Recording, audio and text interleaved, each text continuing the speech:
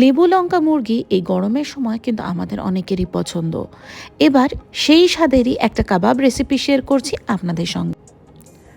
ঘরোয়া উপকরণ এবং একদম সহজ এই রেসিপিটি, আশা করি আপনাদের সকলের ভালো লাগবে। চলুন তাহলে দেখে নিই আজকের রেসিপি।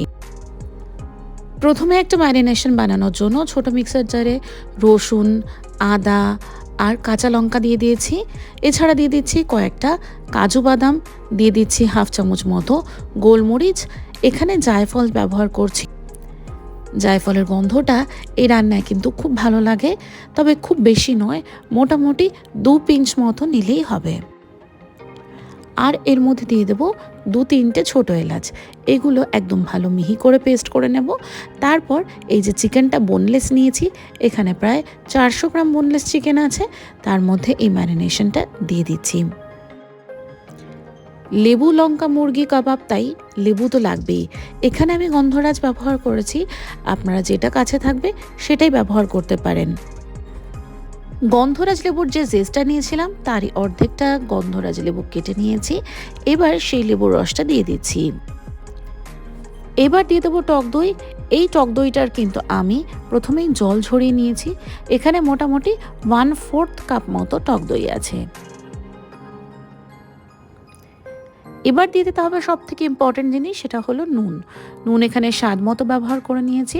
আর দিয়ে দিচ্ছি এখানে ধনেপাতা কুচি, আরও একটু বেশি পরিমাণেও দিতে পারেন। তারপর এটা ম্যারিনেট করে রেখে দিতে হবে মোটামুটি 5 থেকে 6 ঘন্টা।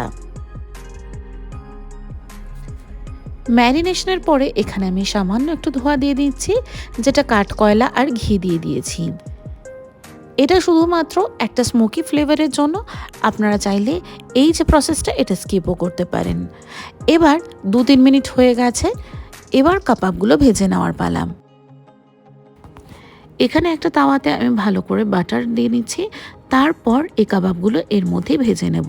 এই সময় গ্যাসের ফ্লেম অনেকটাই হাইতে রাখতে হবে, যাতে চিকেনের ভিতরে যে জুসটা আছে সেটা ভিতরে ইনট্যাক্ট থাকে। বাইরে বেরিয়ে জলটা ছেড়ে দিলে চিকেনটা অনেকটাই ছিবড়ে হয়ে যাবে।